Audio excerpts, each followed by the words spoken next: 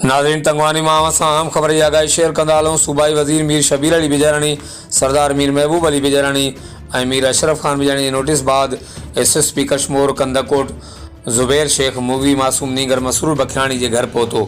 SSP Kashmore Kandhkot तंगवानी के बखरानी पाड़े में जाइ वारदात जो मुआयनो करे मूवी नीगर के वालिद फारूक बखरानी, बिरादरी के चंगे मुड़स मुक़दम मेराज बखरानी ऐं ॿियनि सां मुलाक़ात करे नीगर अगवा वाक़िए की मालूमात वरती। SSP कश्मोर कंदकोट जो चवणु हो त मासूम नीगर अगवा वाक़िए ते दिली तकलीफ़ पहुती आहे। हुनजो वधीक चवणु हो त आउं पंहिंजी मोकल कैंसिल करे नीगर जी बाज़ियाबी लाइ कोशिशूं वठी रहियो आहियां।